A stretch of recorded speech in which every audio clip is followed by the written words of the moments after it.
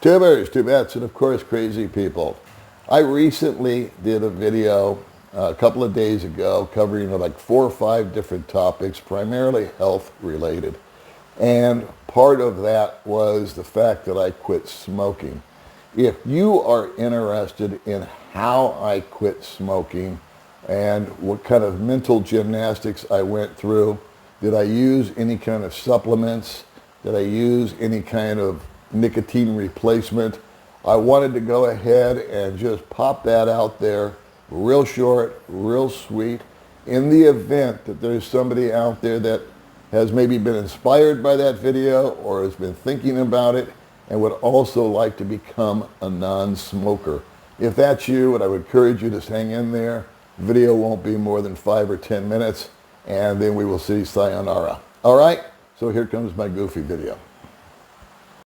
All right, well, if you're still with us after that little introduction, it's either because you're a smoker and maybe you want to quit and you want to hear how I did it, or you're not a smoker and you're just curious as to how I quit.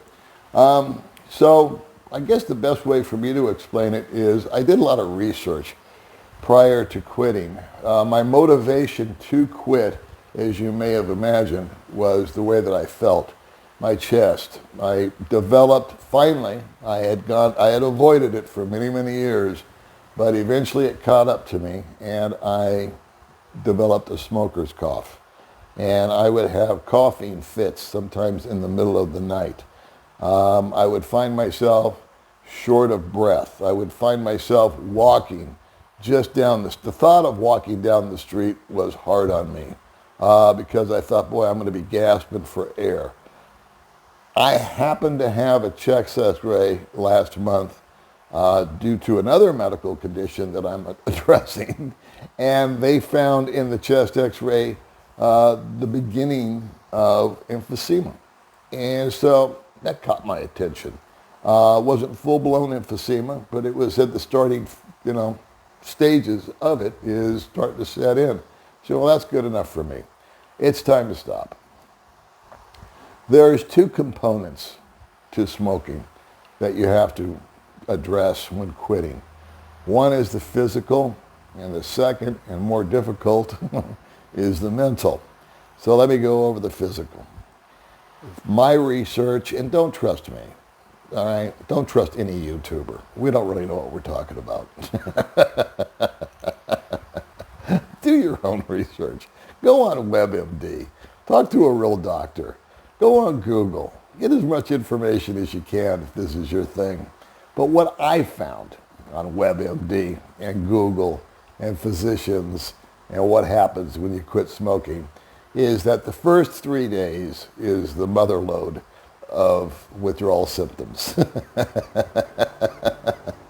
And I can confirm that for you right here and now. And I must say that day number 2 of the first 3 days was really, really hard. I was very uncomfortable. I was very grouchy. If you don't believe me, ask my wife. Because I didn't really take it out on her, but she has a way of knowing, and she would look at me and I would look at her, and instead of saying anything, she would just turn around and go back into the bedroom. She knew just by the look on my face, it wasn't a good time to engage me in any kind of conversation. God love her. What a great woman. Anyway, so I got through the first 3 days, and I got through those first 3 days by using nicotine lozenges. I wish I had the bottle here to show you, but I forgot to bring it over, and I don't want to start the video over again. So anyway, trust me, I've got a bottle of nicotine lozenges. I would pop those, they're full strength, and they would give me that nicotine hit that the cigarette normally gave me, primarily in the morning. What really got to me during those 3 days, and I would put, instead of a pack of cigarettes in my pocket, I would put the bottle of lozenges in my pocket when we left the house. And what tripped me out was how many triggers I had during the course of the day that I wasn't even aware of. Do you know that I smoked before I got into the car. Before we left, I would have a cigarette real quick. When we drove into town and we pulled into, let's just say, Tom Tom's Coffee to meet somebody, a subscriber for coffee or a friend or whatever, get out of the car. I used to send May inside and say, here, go buy me my coffee, baby, please. And I would stand outside before I went into Tom Tom's and I would smoke a cigarette. Because I knew I was going to go in and be talking to somebody for an hour, and I didn't want to, stop everything and go outside and smoke, which I did, though, anyway. But that being said, I don't know how many things I did that were reason for me to smoke. And I would burn through 20 to 30 cigarettes a day. And a lot of the smoking in the morning and a lot of the smoking in the evening was really just sort of companionship. I had cigarette, 10 minutes later, even though I didn't need one, I would smoke another one. Because cigarettes, over time, just sort of became my friend. They were like, someone I was hanging out with. And I could sit and think. And it gave me something to do with my hand. And I would have a cup of coffee, I would have a smoke, and it was kind of like, my world is complete. I've got everything I need. And take away that cigarette, and boy, it jilted me as far as my routine goes. So what do you do? Here's the key thing that I want to try to get across. I can't see very good because of my eye thing, but I'm about 5-6 minutes into this video and I want to be done by 8 minutes. I did a game that was very successful, and here's what I did. I broke it down. When I wanted a cigarette, and that urge came, and I do this today. I did it today. This is an exercise that I came up with. I broke it down to the smallest amount of time possible. Hear me out. If a person, I'll just say me, if I tell myself I'm going to quit smoking and I'm never going to smoke again, that's a big statement. That's a huge responsibility. And that seems not impossible, but it sounds like a much bigger burden that I'm willing to bear. It's like, I can't do that, man. It's going to come up. I'm going to want to smoke. So what did I do? I broke it down to the simplest and smallest amount of time possible and relieved myself of the pressure and gave myself permission. Are you listening? I gave myself permission to smoke. And I did it in 10-minute increments because this is what I found in my little medical research on Google or WebMD, whichever one it was. The urge to smoke, the signal that the brain sends to you to have nicotine into your body and to take that cigarette and light it and smoke it and enjoy it and all that jazz. That urge to have that cigarette last, are you ready? 10 minutes. After 10 minutes, that urge to smoke actually goes away. It dissipates and disappears. Doesn't mean it won't come back 5 minutes later. Depends on what stage you're in. So here's the little mental gymnastics that I went through with myself, and it worked like a charm, and I'm dying to share it with you right now. I told myself, okay, Paul, I didn't have any cigarettes at the house, but you know what?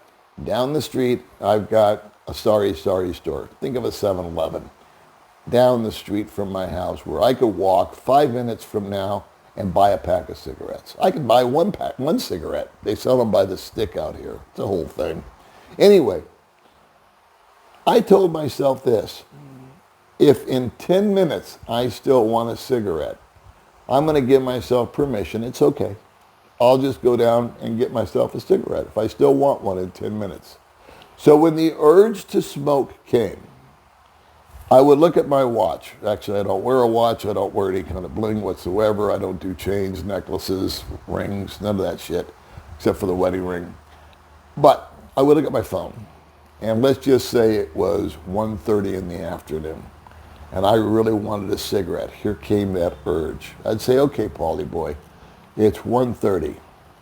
If at 1:40, 10 minutes from now, you still want a cigarette, rock on, brother. Go on down the street, get you a pack of cigarettes, and smoke the shit out of it and enjoy yourself. You know what happened? By the time 1:40 rolled around, the urge was gone. The medicine, the science was correct.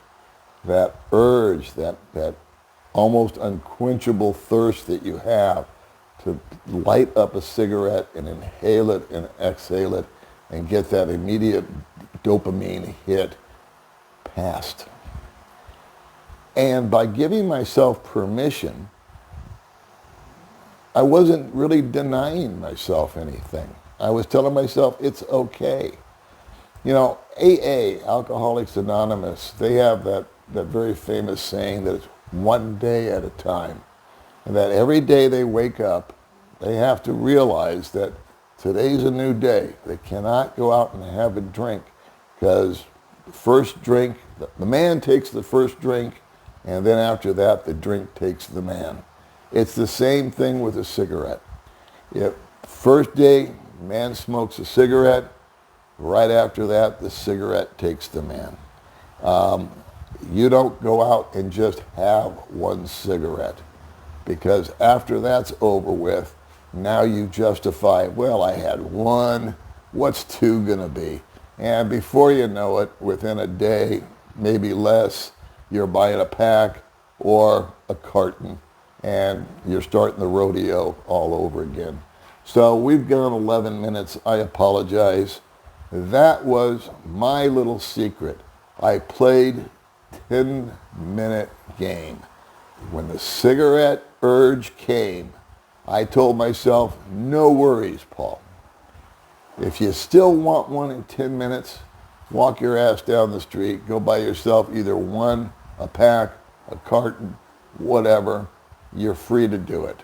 And it just took that pressure off of me, that I only had to worry. I didn't have to worry about the rest of my life. I didn't have to worry about the rest of the day.